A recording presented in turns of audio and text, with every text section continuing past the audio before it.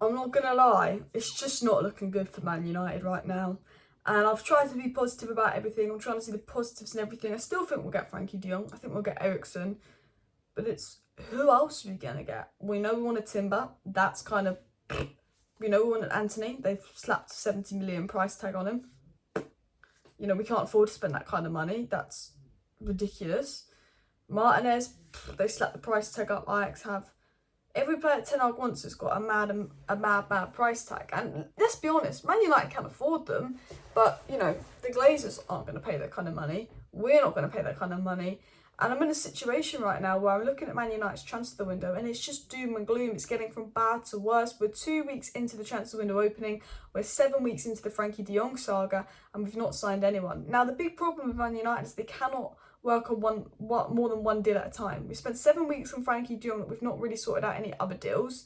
We spent so long on FRENKIE de Jong, all about saving a couple million quid, that we've ended up, it's ended up backfiring on us.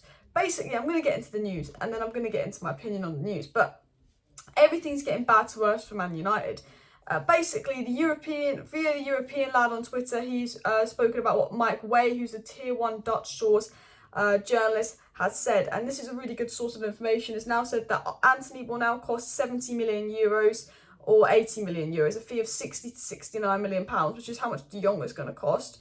They're also saying that Ajax are demanding now 50 million euros for Lisandro Martinez and 60 million euros for JURRIEN TIMBER. So that's 43 million pounds for Lisandro Martinez, but now 52 million pounds for JURRIEN TIMBER, who are obviously our two main centre-back targets. And it's come out from Mike Way that Ajax do not want to sell Antony, Martinez and JURRIEN TIMBER and have put an extremely high price tag on their players, which makes the chance of them leaving very small.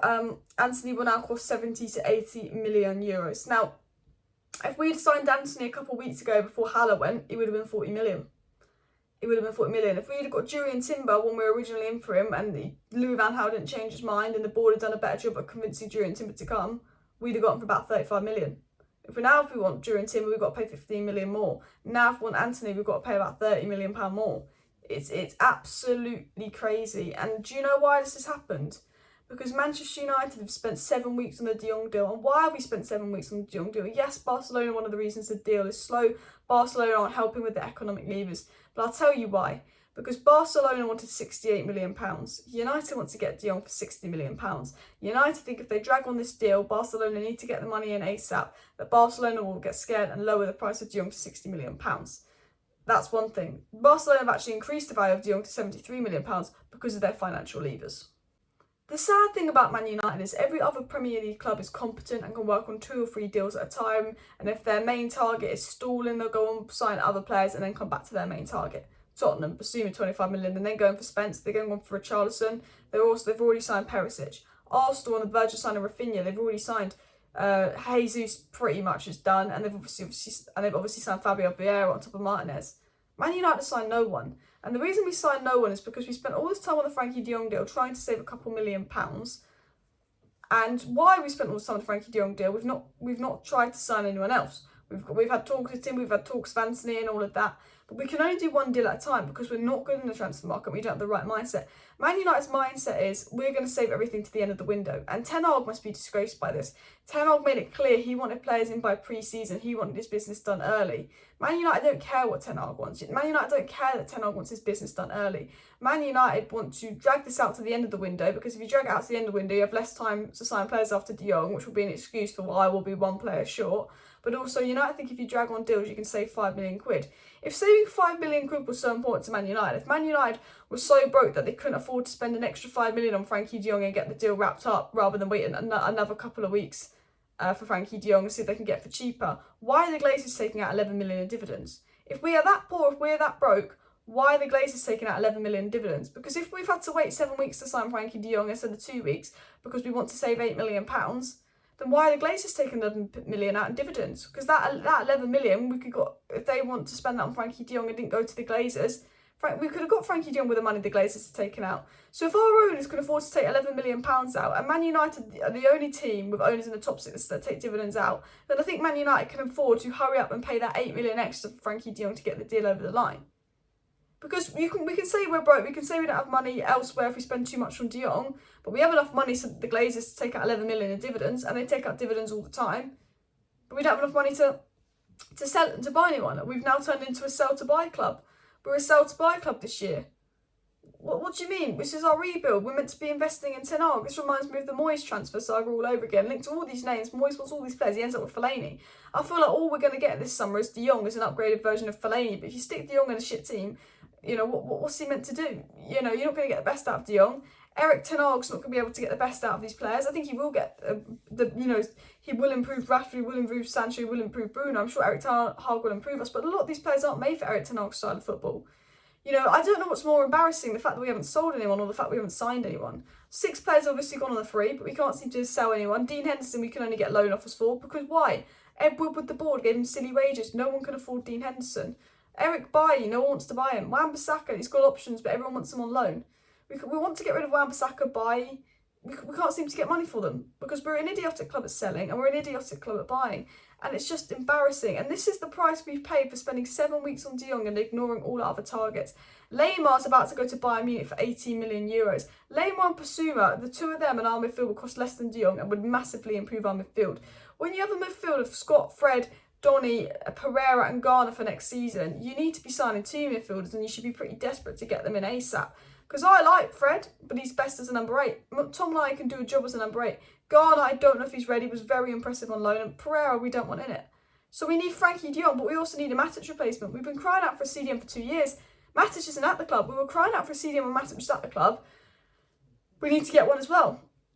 And maybe the Ajax player we might be able to get is Edson Alvarez, which isn't a bad deal. You stick him next to De Jong and that will make a massive impact because our midfield is crap and we don't have anyone that can play next to De Jong. At this rate, we're going to have to play De Jong as the defensive midfielder in the pivot when De Jong does his best stuff going forward, because McTominay can't do that role. Fred's better as an 8 and Donny's, again, can't really do that role but probably could do a job under Ten Hag.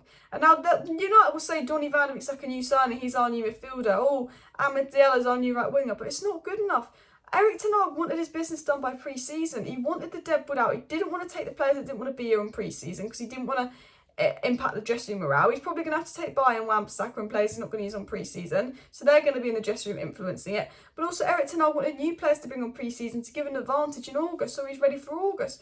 We're going to be sitting on transfer deadline day in August, and I tell you this now, it's going to be a repeat of the transfer window 2 years ago when we had panicked and brought Ole about 3 players on deadline day. We'll probably get Frenkie de Jong in, and then we'll get 3 or 4 shit players on deadline day. Honestly, I'm still confident we'll get de Jong, but Erik Ten Hag made it very clear he wanted Jurrien Timber, and we've bottled that. We can blame Ten Hag, we can blame Louis van Gaal, and Louis van Gaal was an absolute disgrace the way he's talked and influenced Timber. But at the end of the day, that's our fault. All our board had to do is sell Timber a project that he'd be a regular starter. He's Erik Ten Hag's first choice defender. His competition would literally be Delot, Maguire, Lindelof and Varane. And Varane's normally injured and Maguire and Lindelof last season were poop. Delot is hit and miss. Wan-Bissaka's not in the plans, Bailly's not in the plans, Jones is not in the plans, Axel's not in the plans. Whether we'll be able to sell them or not, we'll have to wait and see. We're hearing reports now that Man United aren't going to buy a centre-back until they've sold centre-backs because they've got too many centre-backs. We've just lost 6 players, we've freed up loads of room in wages, we've not spent any money, and the worst part is Arsenal's brought in 3 signings, Spurs have brought in 3 signings, and they're about to bring in more. Man City are about to bring in 4 signings in Cucurella, Phillips, Alvarez and Haaland. They've already got 2. Liverpool have got 3 signings. Chelsea are working on Sterling. They all finished above us last season, were all miles better than us last season, and they're all improving.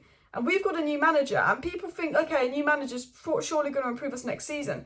What people are forgetting is Ten Hag as a new manager is going to play a completely different style of play. And none of these players at the club right now are players that Ten Hag's wanted or requested. I think Jadon Sancho's the only player I think that Ten Hag would be a Ten Hag Ajax player at Man United. Ten Hag's got to work with players that don't know his style of play, have been playing completely opposite to how Ten Hag would normally play for years, are completely young, poorly coached, poorly trained, lack of fitness, attitude problems, and he's got to work with a lot of players that he would never even think of having at Ajax, even if they were free.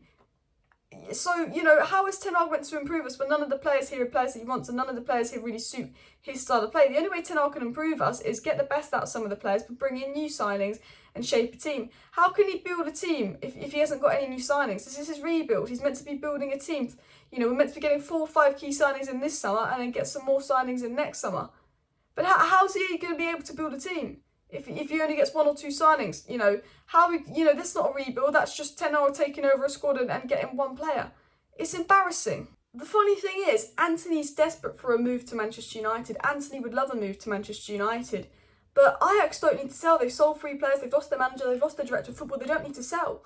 And if United hadn't wasted so much time on De Jong trying to save a couple £1 million, or if United were like any other normal decent club and could work on more than one deal at a time, we could have got Antony and then De Jong. But United want to get De Jong in, see how much money they've got left and see how much they can budget and save.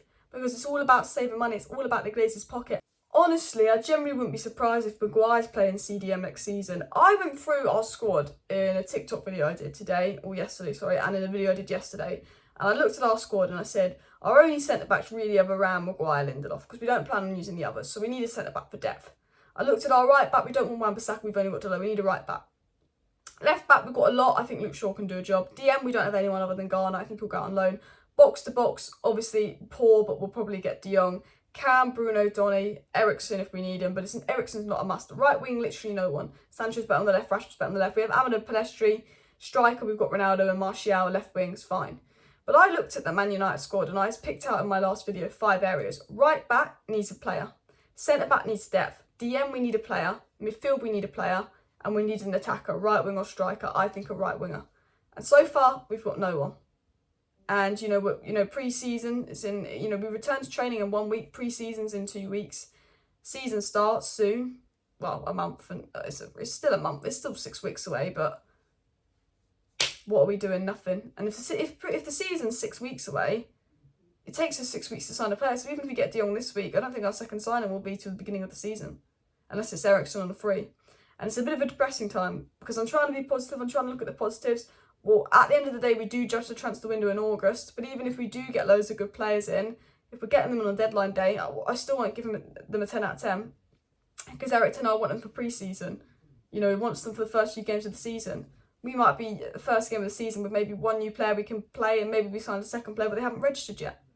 It's embarrassing because Arsenal were prepared, Spurs are prepared, they all finished above us. All the teams that finished above us are having a better transfer window than us and more serious than us, and we're going to fall off. We have a new manager. Don't think getting a new manager is going to please the fans. You've got to back a new manager. You got rid of Ragnick for speaking out. You're saying you've got rid of Woodward and Judge and you're changing, but actions speak louder than words. And if you're taking 11 million out of your pocket and not signing any players, it's pretty embarrassing.